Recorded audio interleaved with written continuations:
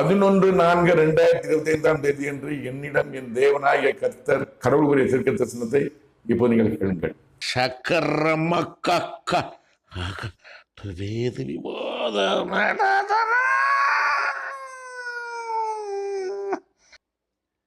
அமெரிக்க தேசத்தின் அதிபதியானவனுக்கு விரோதமாகவே இஸ்மவேல் வம்சத்தினர் Iran America போர் ஆரம்பமாகும் விரைவில் முடிவுக்கு வராது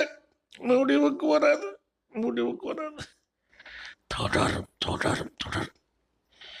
3ஆம் உலக போருக்கு ஆரம்ப போரே இந்த போர்.